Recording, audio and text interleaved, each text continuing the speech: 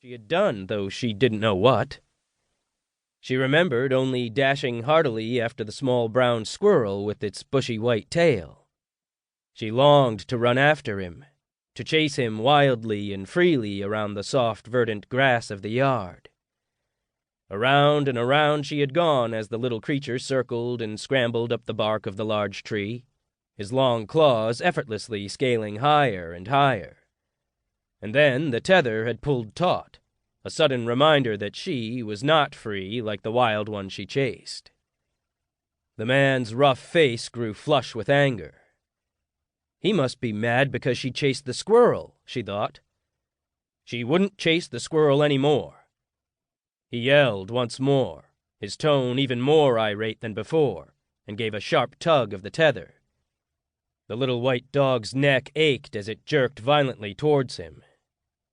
With that, he released the tether and turned back towards the house, walking quickly away. The determined stomping of his work boots caused a gentle vibration in the dry ground below. She was scared now and sat motionlessly on her back, her belly exposed, and her legs folded haphazardly. As the man walked up the stairs of the deck, she slowly rolled towards the house and watched him enter, the door slamming behind him. She lay for several more minutes before she dared to sit upright, still looking at the house. Her tail was tucked between her legs, and her ears remained pinned. Her body shivered deep within. She was so sorry she had upset the man. After a few moments, the door opened once more, the thin aluminum blinds on the window flipping and smacking into each other as the door was yanked quickly backward. The man stormed down the stairs at her once more. In one hand, he held a hammer, in the other, a short, thick metal chain. He was before her in a few strides, pounding one end of the chain and a large nail ferociously into the side of her doghouse. The little white dog sat motionless, daring only a sideways glance at the man as she continued to shiver, and he continued to pound at the doghouse.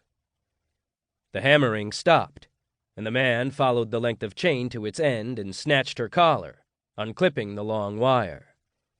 She heard a metallic click, and the man walked away, taking her wire with him. The door slammed behind him once again, its dull echo reverberating across the still yard. For several long, long minutes, she sat motionless, waiting for the man to come back again. The evening turned to night, but the man did not come back.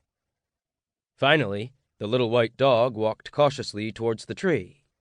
Perhaps she could hide behind its trunk tonight, and then tomorrow things would be better. Suddenly, the collar tugged against her throat, and she stopped.